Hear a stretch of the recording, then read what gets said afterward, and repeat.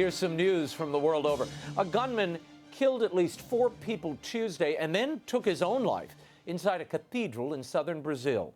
According to reports, the 49-year-old shooter entered Our Lady of the Conception Cathedral in Campinas at the conclusion of midday mass with 2 handguns and began firing. After being wounded in the shootout with police, he then shot himself in the head. Father Amaury Tomasi, who celebrated the midday mass, said that after the assailant came into the cathedral, nobody could do anything. He asked for prayers for the attacker and the victims. Police have yet to find a motive. And this past week, Bridgeport Bishop Frank Gaggiano appointed a layperson to lead one of the diocese's parishes after the death of its priest and pastor. Dr. Eleanor Sowers has been tapped to lead St. Anthony of Padua Parish in Fairfield. In announcing his decision, the bishop touted a new leadership model. Gaggiano was one of 6 U.S. bishop delegates at the Synod for Youth. The Synod concluded that women's leadership within the church is a duty of justice. As for Dr. Sowers, she is a self-described feminist and modernist. For her doctoral thesis, she said of the parish that she now leads that the faith life there was childlike, simple, authoritarian, didactic, rigid, harsh, and, quote, out of step with the times and with the greater church, end quote. She went on to say that she hopes that feminist sensibilities can be integrated into the Catholic tradition. Joining us now is the former head of the Vatican's highest court, the Apostolic Signatura, and one of the world's foremost canon lawyers. He is also one of the 4 cardinals who posed the Dubia questions to Pope Francis concerning Amoris Laetitia. Joining us now with his thoughts on all these stories and more is Cardinal Raymond Burke. He joins us from the shrine of Our Lady of Guadalupe in La Crosse, Wisconsin. Your Eminence, thank you for being here. Oh, thank you, Raymond. I'm pleased to speak with you. I want to talk about this case of synodality. This is a term that popped up at the conclusion of the Youth Synod, and it was never brought up during the Synod. You had a kind of strong reaction to this term, synodality, and the young people didn't discuss it. It was kind of introduced at the last minute. What do you make of this? Is this the way we should govern the church and make decisions in the church? Absolutely not. Synodality has a very distinct meaning in the Roman Catholic Church, distinct from its meaning in, for instance, the Orthodox churches. And synodality in the Roman Catholic Church is an institution to assist the pastors of the church in teaching more effectively church doctrine and in applying more effectively church discipline. It has nothing to do with creating doctrine or changing doctrine or creating discipline and changing it. It's an important function to assist those who have the pastoral care of the church. And so in the Roman Catholic Church, we have diocesan synods, we have provincial synods, and you can even have a national synod, but they all have that same scope. Yeah. Synodality in the Orthodox churches involves actual governance, and of course, as you know, the Orthodox churches are not one throughout the world as the Catholic Church is. We have a unity which is guaranteed by the office of Peter, the Petrine office. And so this is, to introduce this term into Catholic thinking without defining carefully its meaning is very dangerous. Do you think it threatens papal authority? Absolutely it does, and it also threatens the unity of the church. With this kind of notion, we could well end up with national churches, we could well end up with a whole variety of divisions within the Catholic Church. Speaking of divisions, I want you to comment briefly on Archbishop Carlo Maria Vigano's testaments, multiple testaments. He talks about members of the Curia, even the Pope himself, having knowledge of Cardinal McCarrick's doings and goings-on long before he was promoted up the hierarchical chain. Your reaction to the virtual silence from Rome on all of this? We've seen a few letters from one congregation head, but very little in the way of answering the charges or exposing what may or may not have happened here. They supposedly are opening up the documents and looking through documents, but I've heard no findings. Well, I trust that there is a serious and objective investigation taking place because these accusations are of the most serious kind and are rightly the cause of a grievous scandal in our nation and as a result, a crisis which I witness every time I'm visited our nation since the revelations about Theodore McCarrick. And I am deeply concerned that the Church, for the sake of her own credibility and more importantly, for the sake of her care of souls, gets to the bottom of these accusations and appropriate discipline is applied to those who are the cause of such a scandal. Looking ahead to this summit on abuse that is scheduled to convene for 3 days in February, give me your thoughts. There's been a lot of political capital expended on this. The Pope silencing the American bishops in their attempts to enact some protocols to deal with this crisis. The Pope said, no, we're having a global meeting in February. What do you believe needs to come out of that meeting, and is protocol for dealing with bishops who are charged of this abuse necessary?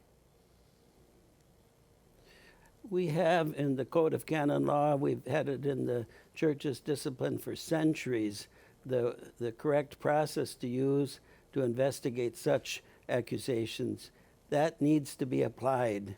And calling meetings and developing new documents and so forth is not going to answer the question. The question which has to be answered is what actually happened and who is responsible for it. And the Church has the processes in place to do that. And what can happen with the presidents of the conferences of bishops coming together for 3 days, I don't know. But we don't need any more new documents, that's for sure. What is that process, briefly, Your Eminence? People are not aware of the canon law that already speaks to this issue, but that involves the Holy Father himself disciplining these bishops, yes? The only person who can discipline a bishop is the Pope, the authority in the Church who appointed him and who has the direct authority over bishops. The Bishops' Conference can have various programs in place regarding these issues, but it's the Pope himself who has to investigate first to see if the accusations are credible, and seemingly they are. Then he has to institute a canonical process to get to the truth of the matter. Now, if the person who is accused simply says, yes, I did these things, then the process doesn't have to go forward. Then you apply the appropriate discipline.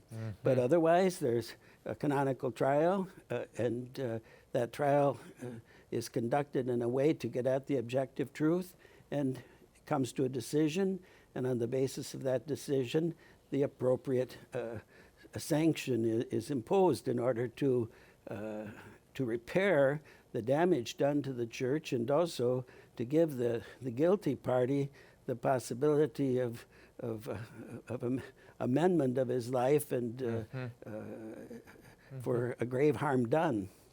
Cardinal Burke, is lay involvement needed at this point? Given the breakdown in credibility, certainly on the American scene and in parts of Europe, the laity simply don't trust that the bishops can police themselves, or even that Rome is going to be fully engaged on this. Is there a role for the laity in the process of investigation? The first point to be made is that the church authority involved is not free to do what it pleases. It has to follow the norm of the Church's discipline. That's known by all. It's the objective order in the Church, and that's what preserves faith in the Church, the laity's faith in their shepherds. Yes, there can be appropriate involvement of laity who are experts, for instance, with regard to certain aspects of the investigation which has to be undertaken experts in certain aspects of the proofs that have to be gathered by the tribunal, which is studying the matter, and that's very appropriate and correct. But the judgment has to come.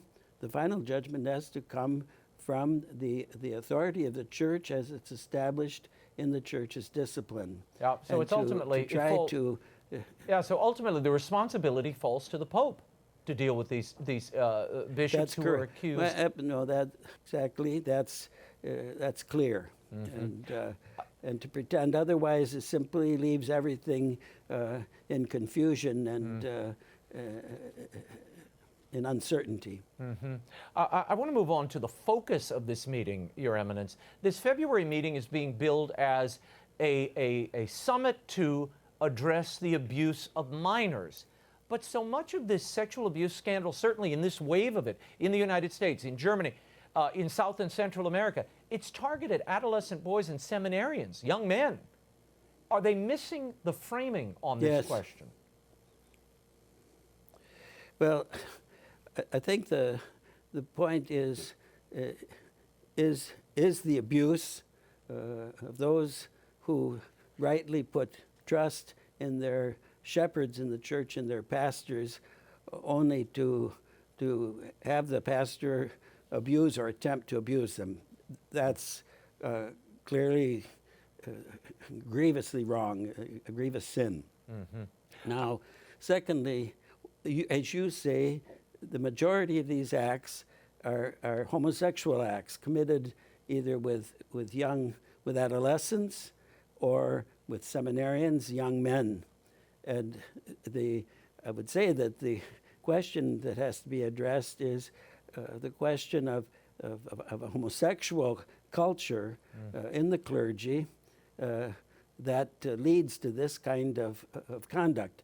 Now, I'm not saying, and I've been accused of saying, that all people who have same-sex attraction prey on children and adolescents. I'm not saying that at all. I'm saying simply the fact is that most of these acts are homosexual acts, and therefore, clearly, there is a difficulty in the seminary formation and the discipline of priests with regard to homosexual conduct. I want you to react to some comments by the Pope in a recent book-length interview that he granted, where he spoke to just this, and he said, "The issue of homosexuality is a very serious issue that must be adequately discerned from the beginning with candidates. If that is the case, we have to be exacting. In our societies, it even seems that homosexuality is fashionable, and that mentality in some way also influences the life of the church." Your reaction to that, Cardinal Burke? Well, it seems to me to be quite correct. That, and this was always the case. I entered the minor seminary in 1962, and there was great attention to to sexual morality in an appropriate way, so that young men would not give way to any kind of wrong attractions or wrong tendencies. And it's true that today there is a tremendous power of what is called the homosexual agenda in society, and this obviously will have effect on the young people of today, also the young people being called to the priesthood.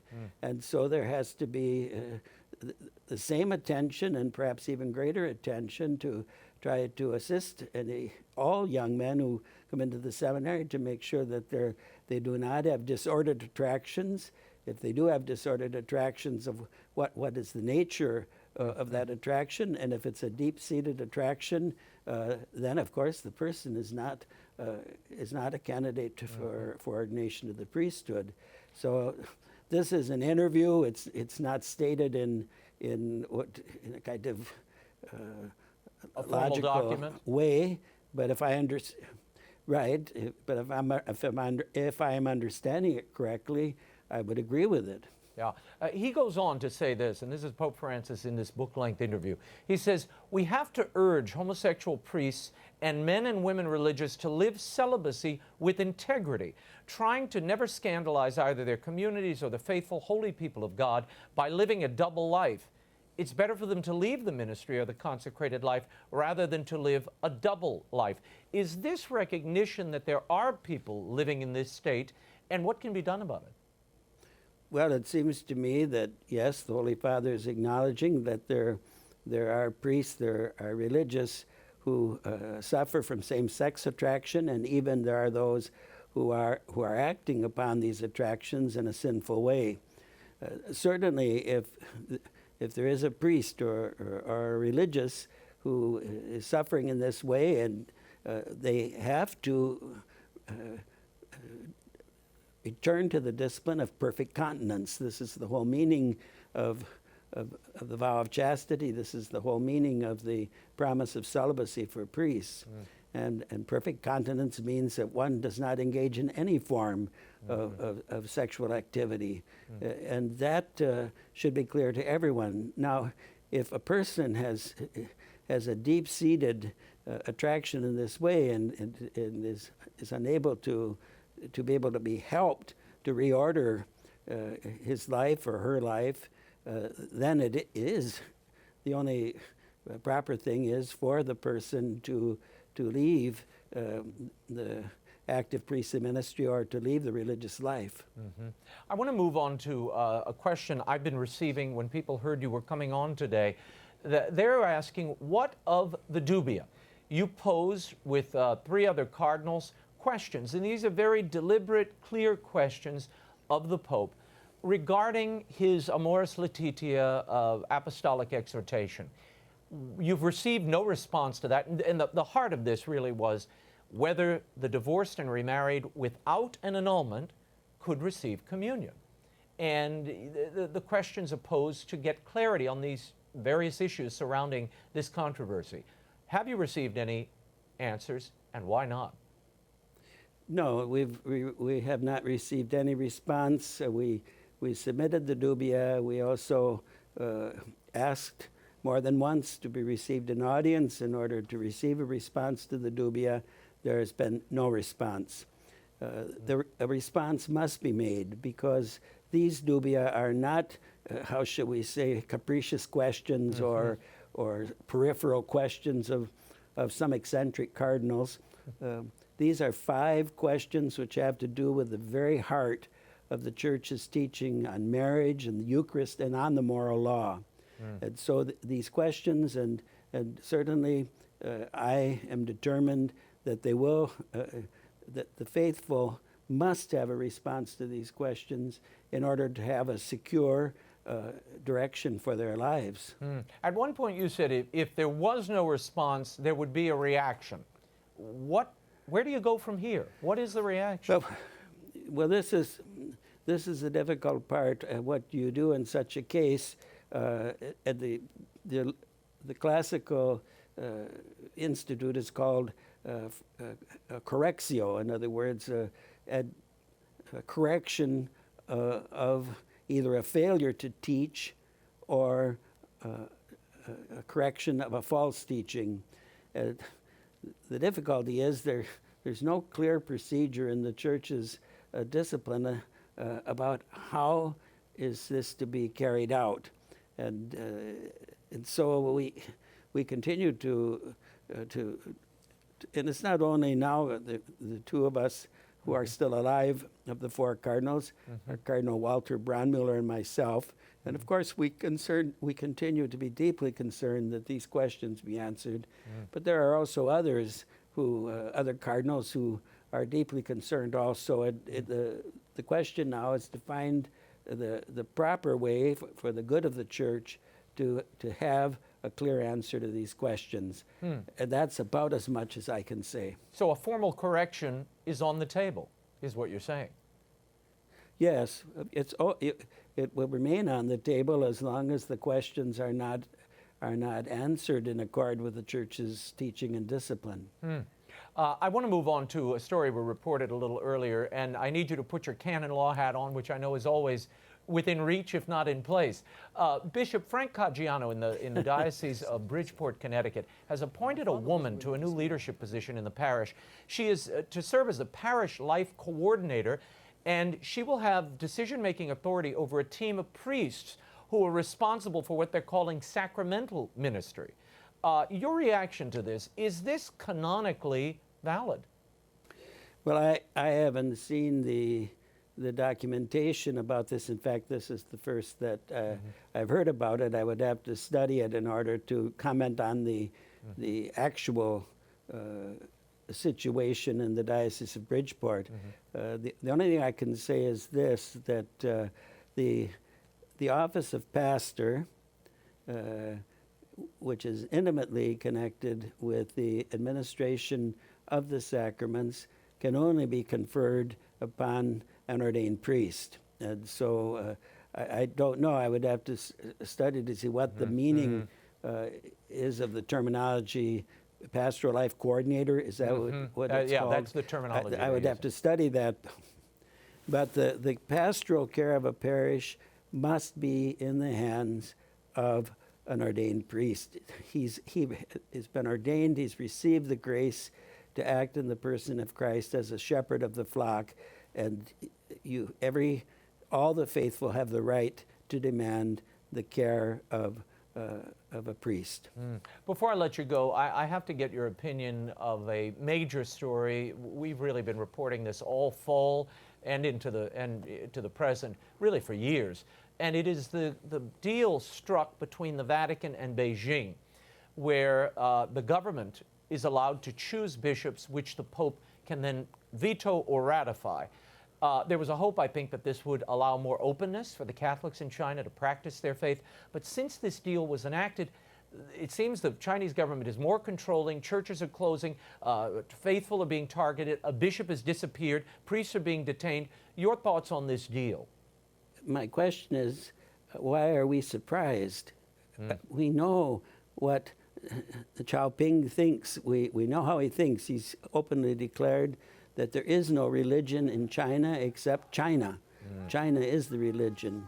And how can we put into hands of people who clearly not only reject the church, but have and manifest a positive hatred for the Catholic Church, how can we put into their hands the proposal of the names of bishops? And at the same time, how can we recognize those who have collaborated with such a government as legitimate pastors in the church? To me, the whole matter is unconscionable, and we have decades of confessors of the faith and martyrs because of their loyalty to Christ in his one holy Catholic and Apostolic Church. And that's what has to be defended here. And I'm sorry, but I'm not surprised at all of this absolute disdain for the Catholic Church that's being shown by a government with whom we have made an agreement.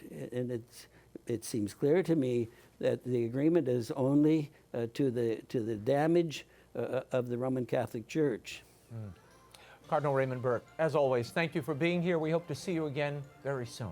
And Merry Christmas. Thank you, Raymond. Merry Christmas. God bless you.